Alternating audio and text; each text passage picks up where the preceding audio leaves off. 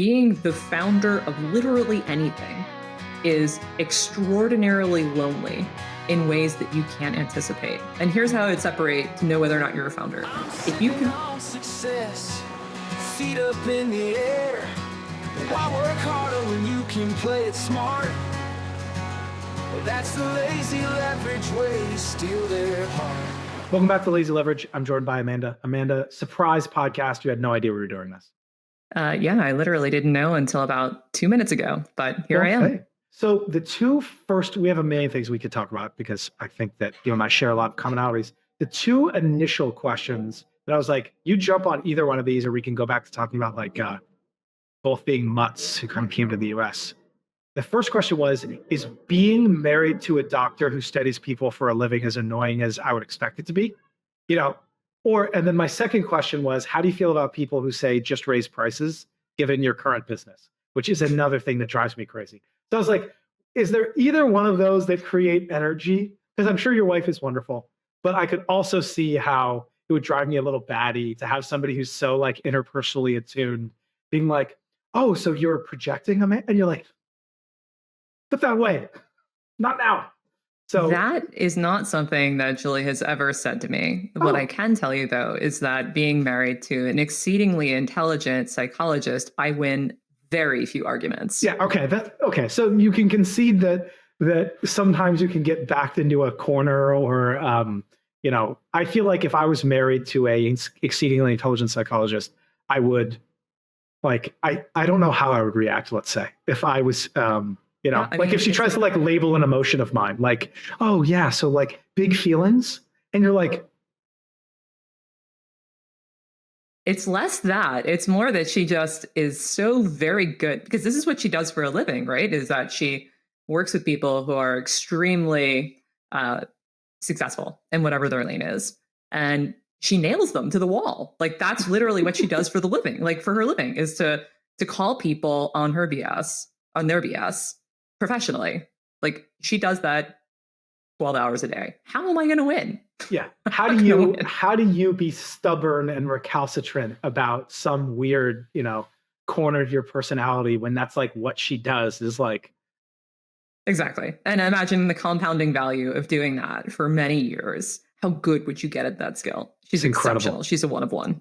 That's incredible. What a lucky partner in life you found, That's such a cool thing. So you and I originally connected, I think, because we both, I think, are a little bit closet aggressive in business and bonded over our mutual love of, I think, probably a little bit of military history, a little bit of Sun Tzu type of energy, because you're would be Citadel, right?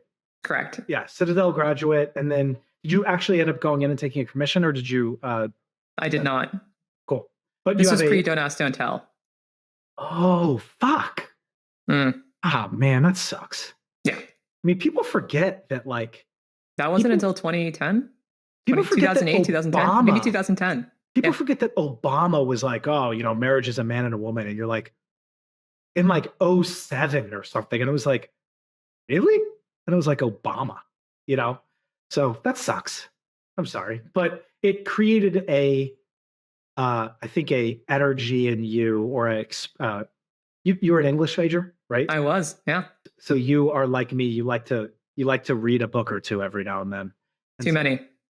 I think you and I have both had many discussions about kind of harnessing what I would call first principle stuff from our reading and turning it into a new company that attacks legacy real estate sale models, or global talent in my case, right? I think that's probably our strongest commonality. I would say yes. And I would say, I think that we both recognize that if you are in the space, you are not likely to innovate. Basically that there is the distinct advantage of being an outsider, because you can come in and ask the petulant child question, why? But why? Why do we do it this way? And speaking to your industry, as somebody that has hired a lot of people overseas, I think that went from being, an edge case. Like my parents both work for investment banks. And my mom worked specifically in the help desk operations, which was one of the very first things that got offshored. I want to say in like the late 80s, maybe early 90s, and is almost all offshore now. Um, I remember that going from like the edge case for the lowest level employee to, oh no, actually, this is a meaningful way that companies can accelerate. And we had, whole departments, actuarial services, back office, analytics, you name it, was starting to go overseas. And now, as a person that actually has run a few companies, I don't think that there is a category barrier for what you can do if you're willing to hire and manage remote employees. And I think if you come from the recruitment industry, you are implicitly disincentivized from seeing that as an opportunity. Certainly, if you're in the commercial real estate space, or if you're one of the people who's like, you must come back to the office 9 to 5, because if you don't, then I don't know that you're actually working. You are implicitly disincentivized from seeing that as the reality. But I think if you're an outsider and you just look at basic economics and basic human capabilities, it would be very ignorant to not acknowledge this is an opportunity. Have you read much Clayton Christensen? I have The Innovator's Dilemma. Yeah. So this to me ties into where disruptive innovation happens with a low cost entrant who comes up out of the bottom of the industry, servicing customers that the legacy players don't want to service, and builds their business model with a more efficient operating style, whether that's using the internet and disrupting bookstores, or using global talent, or using, AI to better generate listing photos, or whatever it is. And it's below the radar of the legacy players. And eventually that person just chews their way up into the top end of the market, and the low cost providers who service customers that, the shitbox Japanese cars or whatever it is, become Lexus because they have a more efficient operating model. And so I think you and I are both, I think, in versions pursuing that kind of coming up out of the bottom. And you just have a totally different, I guess, sorry. Explain what your company does before we skip to like me like poking you about the theory of your company in like 30 seconds. Explain what you guys do. So Galleon is transaction software for you to be able to self-drive your own real estate transaction. Basically, this industry has been, I'll grant you that the distribution side of it has innovated, but everything else about how you buy and sell real estate has been frozen in time for 112 years.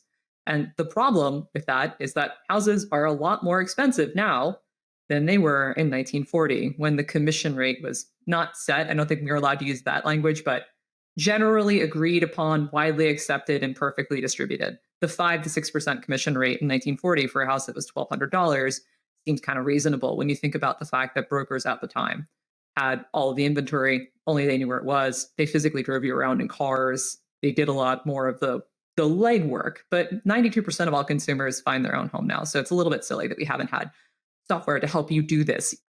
But to your point, Ray Clayton Christensen, gosh, it's a mouthful. It is a mouthful. Poor man probably had a very hard time saying his own name for a while. So to your point, the reason why is basically we haven't been incentivized to it.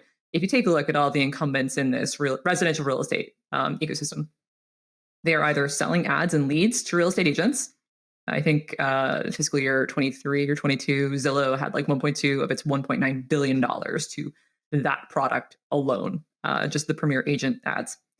And the rest are either brokerages. They might be low-cost brokerages like the Redfin model, or they are literally arms of the National Association of Realtors, which is the primary trade association, like the Realtor.com site. So if you look at like what the incumbents are incentivized to do, not one of them is incentivized to actually help consumers self-direct their transaction, because they fundamentally rely on the existence of this agency model. And that's why you're just not going to see them advance this. Maybe somebody that was more neutral, like a lead generator like Zillow, who certainly has market share, could in the future. But you have obviously worked for a very large organization, the Armed Forces. I've worked for larger organizations. And one of the things that I think we forget is how difficult it is to get something that is implicitly cannibalistic to the $1.2 billion revenue stream across an executive committee. And I think that's why, as consumers, we're kind of left out in the cold. We don't get the technological change that is not only obvious, but could have been anticipated 10, 12, maybe 20 years ago now, because nobody is incentivized to produce it. Except the beautiful, glorious, imperfect free market, which Yeah, is exactly. Amanda rides in on her horse and goes, I don't make commissions. Yeah, exactly. I don't make commissions. We're not a part of the National Association of Realtors. We do not belong to a multiple listing service. We are here to basically give you the ability to buy and sell. Think of it kind of like Craigslist, but with a better merchandised store. That is the point, is that you should be able to directly buy and sell. If you save that commission, the average home in the United States is $430,000. So we're talking about not chump change. It's like Real money. $25,000 plus that you can keep. And it was born of our personal experience. In 2015, we did it ourselves. We didn't realize that we did plan on selling basically. But Connecticut, where we were living at the time, is one of those states where you need to have an attorney on the deal. And I literally just went down to the little town square in the bucolic Gilmore Girls, Northwestern Connecticut town that we were living. I don't use the word bucolic enough. That's a great word, by the way. Continue. That's just English I don't use that majors, word nearly enough. But I just went to the attorney that was on the other side of the deal. And I'm like, hey, can you write me a contract? And he said, sure. I'm like, okay, here, I've got the buyer's like earnest money deposit. Can you hold it in escrow? And he's like, sure. I'm pretty sure it was in a manila folder on top of his file cabinet. That's the Wait, how did Marco said escrow? Yeah, I think that might actually have been it. But the long and short of it is that me as a consumer, I had this light bulb moment. It cost me $750 to sell a house that was like $415,000. I was more excited about telling that story of the money that I didn't have to spend than I was about the reason why we were leaving, or I was about any business exit that I've ever had since. It's just there's such an inherent K factor when you've like really gotten a good deal. And it's not that hard. I think like the biggest thing that most people don't realize is that selling your own home is really not that hard.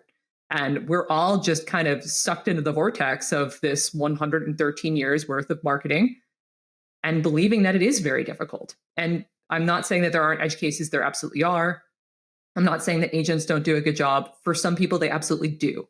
But if you are, a DIY type who feels comfortable with basic spreadsheets and negotiation, I wouldn't even say spreadsheets, but really just like negotiation pricing, there's no reason why you should be paying 25K plus. There isn't. What does K factor mean? K factor is the viral coefficient. So basically, there's a concept that the things that we share are the things that make other people look smart, funny, or cool. And that's why they share them. Cool. That's a K factor. So there is an inherent virality to being able to say, yeah, I saved 30K. Yeah. Oh, you want to tell people. You used to work in marketing. I forgot about that. Yeah. So that's a good like marketing. That's like the Seth Godin like ideas that spread went, right? Which is just like, if people talk about it and saying like, dude, 40 grand, I say, like, doesn't matter that you just sold $1 million house, like whatever. You're just like, what, like 40 grand, right? Exactly. Like, yeah. High K factor. That's a cool term. I didn't know that. I sounds familiar. And whenever, I get some objections, people are like, nah, they're never going to do this for themselves. It's so hard or whatever. I remind them that like people sit outside of freaking Walmart all night long before Black Friday to save $100 on like a TV. You cannot convince me that people will not move mountains to save $25,000 plus. You can't. Are you navigating or am I missing something? The normal challenges of a two-sided market? Like you need the listings to get the buyers and you need the buyers to get the list. Like, are you like, do you have to run the normal, like raise outside capital to get enough kind of like critical mass on one side to attract the other side? Or are you approaching that in a different way? Yes and no. So Galleon if you were to come to Galleon.io right now, it is a marketplace and it's a marketplace of only off-market non-MLS homes. Right now, I think we have 14,000 or so homes around the United States available. Congratulations. But for our purposes, creating the free and open marketplace is just the mitzvah that we're kind of doing for this industry. We want to basically facilitate and empower real human beings, not agents, not intermediaries, to be able to say, this is the price that I would take to move. That's it. And then within our ecosystem, we've just shipped our Navigator product. Navigator is our transaction software. So the closest analogy that lands, and I know that it's a very trite X of Y venture-backed thing to do, the closest analogy that quickly lands is kind of like the TurboTax real estate. people can come in and sort of self-drive their own transaction aided by software. That's the crux. That's what our Navigator product is. Is Galleon named after like the Spanish ship, like a It galleon? is. And in fact, there is actually a premise for it, a very nerdy history-backed premise that you would appreciate. Galleon ships were the ones that actually went out and discovered and then later protected new trade routes. You're right. I do love that reference. That is fantastic. In the age of sail. You are correct. I am the right audience for that reference. Protecting trade routes, and that is, safe path. It's passage of commerce. Okay, that's super interesting. So, I have like a million different things I'll ask you. It seems to me like markets follow this sequence of which you and I are both a part of, where incumbent players, certain way of doing businesses, because of usually technological innovation, transaction costs lower. The incumbent players don't pass those along. And it takes a new entrant to bake the set of lower transaction costs into the core operating model. Correct. And it seems like that's like the sequence, right? Which is those transaction costs are not historically passed along to the consumers by the incumbents. They're used to, have a great 10-year run where they just like ripping fees, and then somebody comes in and they're like, we've built a model that is designed to pass those along, and the market improves and the cost to sell a home, So I think, is that the sequence that I think you and I are both riding, a lower transaction costs that incumbent players were not passing along to the buyer's business model? Is that right? Yeah, it's the old "your margin is my opportunity" thing, right? Yeah. Did you wait, were you the one who wrote your OpEx was my margin? You had a different variation on it, wasn't it? Yeah. What was it? Yep, Was it OpEx? Mm-hmm. Yeah, I think the age of AI. So for people that are not familiar with my tweets, and why on earth should you be? I am. I love them. I'm a fan. I told you. That's the first thing I said. Thank you, John. I appreciate my fan club of one. Thank you. I was thinking about it maybe at the end of last year, and I think it was Bezos that said, "Your margin is my opportunity," is sort of what marked the era of e-com, because obviously Barnes and Noble, being the closest analogy, had to deal with all of the brick and mortar, the costs associated with that, all of the inventory, all of the overhead. Like, fundamentally, the margin that they needed to make, that publishers needed to make, that everybody in that ecosystem needed to make, was Bezos's opportunity. And drawing that analogy to present day, I think that we will define your OpEx is my opportunity as the hallmark of the artificial intelligence era, which we're now in. Because if you're thinking about incumbents that have 6,000, 7,000 or more person OpExes, I don't know how they sustain that. And the problem that all of them are going to face, and again, I've not worked in a 6,000 person company, but I've worked in a larger company, is that that probably half and maybe more of your staff is no longer necessary. The problem is figuring out which half, and how do you do it quickly? And then how do you do it without like completely torpedoing your morale? Yeah, it's like having a baby. You need 20% of the gear, you just don't know which 20%. Like when you have your first kid. Yeah, it's like, I don't use that thing ever. Yeah, see, that's a great, the thing too, there's so much, that's such a rich concept that I think obviously I spent a lot of time thinking about. The thing that I'm seeing the smart companies do, and I define smart companies as the ones that are my customers, it's basically a 1-to-1 ratio. But the ones that the smart people do is they do one of two things with this OpEx that is freed up by effectively more efficient operations. The two things I see them do is either take that retained OpEx and plow it into a better service.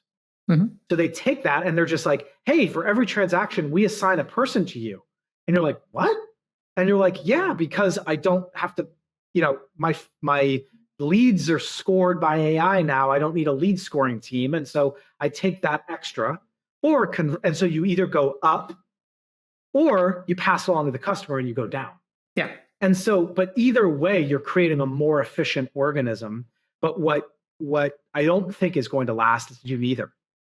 Because somebody's going to come in and be like, hey, you don't have a 1-day turnaround time for HVAC techs, because they're all perpetually understaffed, because they don't have enough, because they're not paying them enough, because they've got bloated overhead.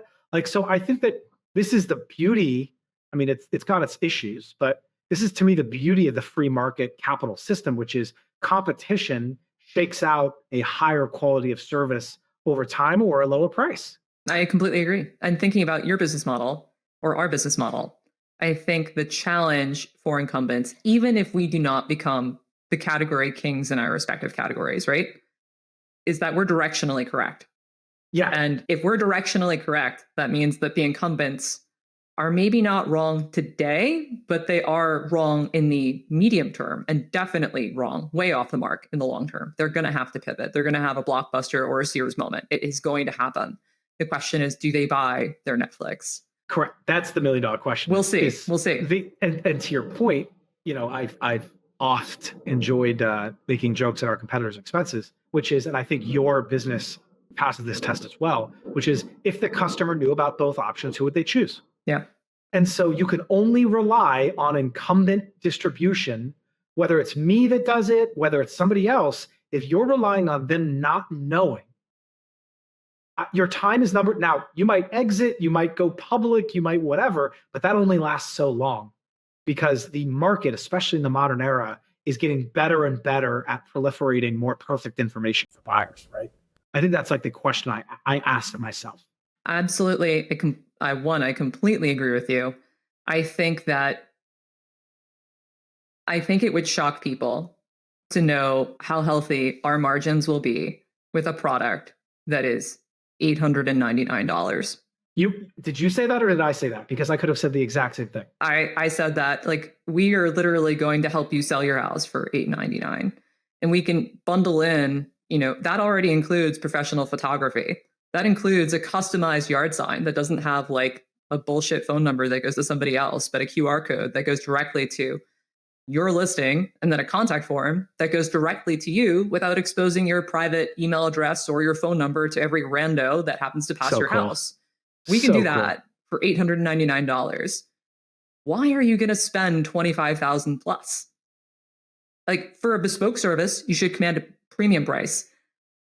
But anybody who's bought and sold knows that there's not a lot of bespoke service out there. There's some, but it's not the majority. And that's where if I'm able to do that at $899, yeah, how are these incumbents going to stand the test of time at $25K plus?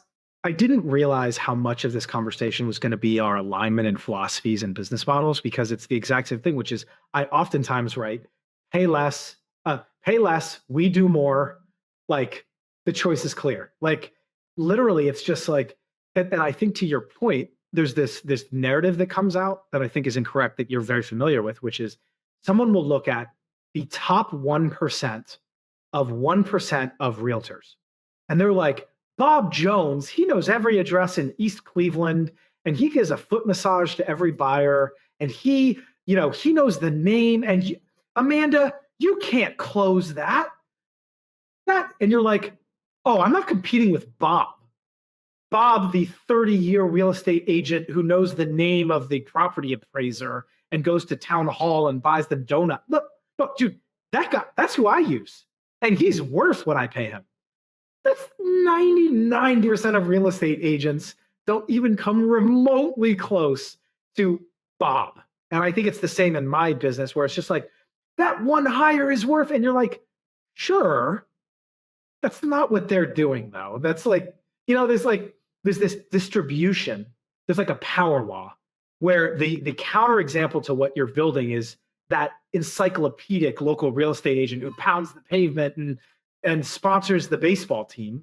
That's not really who 98% of the market is served by, right? No. Does that resonate with you? Absolutely. The Pareto distribution for people that are currently real estate agents and who are crushing it isn't 80-20. It's probably like 595. Yeah. 80-20 is like the rule, but it's like not even close to 80-20. No, not even close. The average real estate agent, I think, in the United States is 1.8 deals per year. And so I'm going to like talk our own book here for a second, but it's to illustrate this point.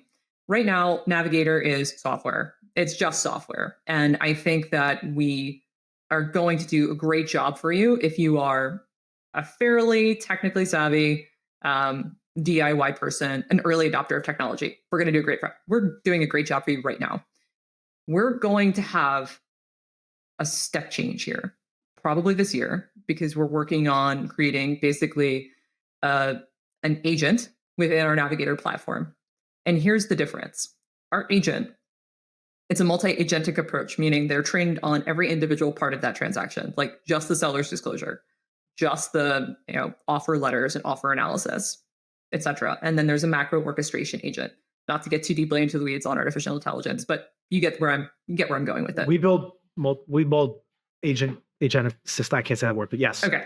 So I don't know the familiarity your audience might have with it, because I didn't know I was doing this podcast before we actually got on the phone. One of the things that I have already begun to see is that we're going to have a step change, an inflection point, where right now we're for early adopters, and we're probably for people that are cost conscious and feel very confident in their own abilities. But we are quickly going to hit the point where if you're the kind of person that needs validation or assurance at 3 a.m, that you covered off everything in that seller's disclosure, you can ask your Galleon Navigator agent and get an instant response. Agents are always on. Agents are going to have a lot more complete information. Agents are going to understand the compliance requirements without calling their broker. That gap is not far off from us from a technological side, but to go from being, a 1.8 deal a year agent to, in that 5% is fairly significant on the human side of house. And that's our opportunity. Can I ask you a strategic question that may or may not align with your vision? But it's to me, it just begs the question. And I was actually talking to somebody this morning about it, which is, I've talked often about this idea of like human wrappers. And how would you think about a model where, my dad, you could literally have the most clear, coherent, beautiful its voice, it's gorgeous, the UI is divine and simple, and he still is going to feel better talking to somebody. Now, that person might not know shit. All they know how to do is use the agents. They live below the API. Would you ever think about a scenario where it's like a $2,000 flat commission on the house or something? But it's a human, I think of it as concierge, like a technology. No matter how good HubSpot is, there's still that sales rep who's not going to touch. Would you ever consider like a human wrapper on top of that to get more of the demand curve? Or given kind of your economics and your view, you're like, it's not scalable. How would you think about that? Because I see so many opportunities for human wrappers, but I'm also in the human business, by the way. So I would say yes, but not yet, is the short answer. We have to make our transaction level software a one-of-one good. Like we have to be, I analogize it to I think Coinbase has like 8 9-figure revenue streams or something like that. But all of them are built off the fact that you can transact crypto safely, securely, and they have— you got to get your core. Yeah, the core functionality is tight. We have to get to that within our own Navigator product. But do I think that there is a potential for it? Absolutely. If you take a look at how, going back to the TurboTax analogy, they have free, then they have like the mid-tier, and then they have like the, talk to an advisor somebody, now or whatever. Exactly. Hire but your what CPA. That person doing, they're just an expert in TurboTax, which is they're not an expert in tax. That's actually an important distinction. They're not an expert in MLS and whatever. They're just an expert in your agentic system, and they know how to work the system, right? Like, I think that's a key distinction. I only say that because it's not something that you're, to your point, like you got to nail your fundamentals first. But I only say that in that I still do believe in these high leverage companies, there's an enduring role for that human layer, because it doesn't matter how intuitive it is. I still see a certain subset of the market that's just like, it doesn't matter if all that person does is play with agents all day. I can validate you with an anecdote. When I was working on a company called Engineer Jobs, which was at the time the largest engineering job board in the United States, and I believe in Canada, call it 2013, 2014 timeframe. You could go, it was just a very basic search portal. It looked like, it's so funny how, Web 2.0, it looks to me right now, but it worked really well. You go in and you search like your engineering discipline and your location, it comes back with results. It worked flawlessly. But at the time, we had a Facebook page, and I would go out every once in a while to sort of like get the engagement going and I would say, hey, if you're in the market or just want to know, give me your engineering discipline and your location, and I'll give you back the jobs that are currently available. And that thing went gangbusters absolutely every single time we did it. Every single time. It became like an all hands on deck scenario within our tiny remote company to just sit there and feed back search results that was just us performing Using the an internal search tool. on our own site. It wasn't even an internal tool. It was an external tool. It was an external tool. Yeah. People just wanted to be spoon fed. And honestly, that's service. You need to meet your customer where they're at. Our customer happened to be like, the most passive somebody who was interested in a job, was willing to say that they were a mechanical engineer in Livonia, Michigan. Show me what you got. Yeah. And that's what we did every single time it worked. We see it as well for us in that if we were like venture backed or we had kind of different incentives, we are very, if we think about building a talent marketplace, we've done the hard part, which is we've got the customers. The talent is less difficult, of the two sides of the marketplace. But we've made a very conscious decision from because again, we're not trying to build $1 billion venture backed unicorn that has infinite scalability and it's just code. We made a very deliberate decision, which is Amanda wants to talk to somebody. She wants to see a recruiter interview somebody. She wants to interact with an account management team. And if I had venture cap scale pressures on me, I wouldn't be able to do that. We've made a very conscious decision to say, even if the recruiter asks questions that are in-house proprietary model generated for them based on the candidate's resume and the job requirements, true story, you still need the recruiter. I'm not going to build an AI voice agent to do the interview. Nope. People still, if you're going to pay me that money, people still want to touch that person. Yep. Even though I could no, we'll just use an AI. We'll be able to screen 10 times as many candidates. And I don't know, it feels that human being to me, I think still has in some edge cases, depending on the maturity of the buyer and stuff like that. But I don't think that's counter to the current narrative. I think that's actually playing into the current narrative. I think that there are going to be basically two camps: the people that get left behind because they do not internalize how deep this change is, and they don't work in the direction of where the market is going, and the people that are accelerated by AI. Yeah, and I would say that this is a classic example of artificial intelligence accelerating, augmenting, and accelerating. You and I think, are both. Or we already mentioned it. I think we're both readers. Yeah. What you have a cool, obviously you have an English background, you have a little military flavoring given your university education. What are some books or resources? Maybe why don't we throw out a couple that strike us that are particularly relevant to entrepreneurs in terms of informing our kind of first principles thinking, and kind of why? Because I'm sure you're going to have some great examples, fiction or nonfiction, but that are kind of. So I'll start, and I've talked about this endlessly, but one to me that doesn't seem like it's an entrepreneurial book that to me is huge is MCDP-1, Warfighting, which is a Marine Corps doctrinal publication. And if you have the ability to just swap out machine guns for, instead of terrorist, right, your competitor, and instead of the environment, think the market, right? And it distills Sun Tzu and Clausewitz and the great Hart and Sherman and the great thinkers into practical leadership, competitive, imperfect decision making in imperfect environments. So that to me is one that sits near and dear to my heart as a entrepreneur who's trying to reach into the ancient of the wisdoms to drive literally current competitive strategies and current leadership training for our team and stuff like that. So that's one that's near and dear to my heart. It's nonfiction, obviously, very readable. It's free. You can download it.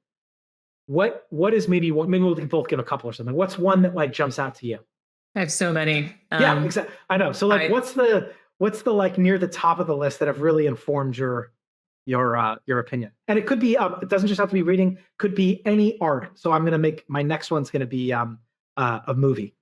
So I will say the oldest one that I continue to come back to was actually one that I got, I believe, in NROTC 402, which is mostly philosophical. That's the last class that people who are about to commission into the Navy or Marine Corps will typically take. So, for reference to the people that haven't gone to a military school or been in an ROTC program, that one tends to be more philosophical because at that point, people have gone through at least the first The part of basics. PBS or something like that. And one that I was referred to was called The Emperor's Handbook, which is an interpretation, or I should say, a translation of Marcus Aurelius's Meditations. I think, and even from the vantage point of having previously been a bootstrap founder and more recently been an expansion CEO within an existing organization, being the founder of literally anything is extraordinarily lonely in ways that you can't anticipate. And here's how I would separate to know whether or not you're a founder.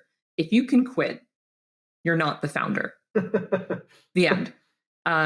That's I've been surprised. And what's been very interesting about going back to that is that for those that haven't read it, Marcus Aurelius's Meditations are basically notes to himself, where he calls himself out on his own baloney. I'm trying not to curse here. And I curse constantly, so you can curse if you want. It's okay. Okay, fine.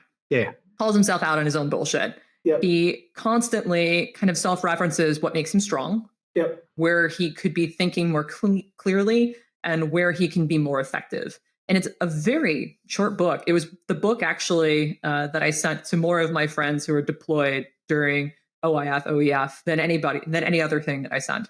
So I'm a huge fan of that. I think that for anybody who's doing something hard and lonely, and especially if you're creating a business, that is actually a very good foundational book to read. From a more practical standpoint, I'm a big fan of a book by, I believe, Thorndike. Wait. Let me ask a question on that. I've read the Gregory Hayes translation of Meditations. Is the Emperor's Handbook worth picking up separately, or if I've read the Hayes translation, or is there like commentary, or is it just a? Because I read Meditations many times, but that specific translation. I liked it for its clarity and the lack of fluffy language. I mean, I'm sure there's a better and more technical term for it, but basically, it's implicitly readable. It's a little bit like going to the New International. If you've read the King James version, it's like the New International version. The other part of Meditations that I love, that I always find myself returning to, is my own version of when he, in the beginning, he lists kind of like what he's learned from certain people, and I love that. From Amanda, I learned scrappiness and determination. And he's talked about his mentors and his that I've always liked that, like who are like my intellectual inspirations, and finding myself returning to them if I need strength or if I need inspiration. And I always like that exercise, which is I think what he starts the book with. He's like, for my mom, I this. And so that's I was given to me also in a kind of we'll say euphemistically a sporty environment, where you need the kind of internal strength to kind of persevere. So that's great. Wholeheartedly endorse. It's a can't miss. Okay, so I cut you off. Give me your next one. It's fine. I could go on this. Like I'm literally, my bookshelf is just out of view, and that only has about 25% of my books. My wife made me put some in storage. I was very angry with her. I had somebody around the house. She's like, "We don't have anything in our house. We're having 2 more kids." I fully understand. And I mean, we will need more bookshelves at some point. I would say The Outsiders by Thorndike. I really like that book from the perspective of people who have built companies that were incredibly capital efficient and became monsters. A great example of that is the guy who built Capital Cities Group. There are several conglomerates in there. Katharine Graham, who was a really shocking story. I didn't even realize it until I read that book. Katharine Graham, who was previously the president or CEO of the Washington Post, she inherited that because her husband killed himself. Yeah, it's the craziest story I believe that she was the first woman to become a Fortune 500 CEO, and that's literally how. Yeah. She ends up being mentored by Buffett. It's a whole thing. Cool. But that's actually not the best story in The Outsiders. If you are planning on running an incredibly capital efficient monster organization, that's a book you can't miss. That's a great recommendation. I love these. I feel like I want more. Yeah. Do you have a book list? I have one that's a bit old. I need to update it, but that is something that I find myself, people ask me a lot for like book lists and recommendations. And like, it's worth like, I love it because it's like picking up gifts and like remembering like, and then, I'll make one more recommendation and then we can maybe talk about one other thing in the morning. I will recommend a movie called 12 O'Clock High. Have Okay. you seen 12 O'Clock High? I have not. It is a movie from probably the 60s or 70s. It's starring Gregory Peck. And it is about a bomber wing during World War II.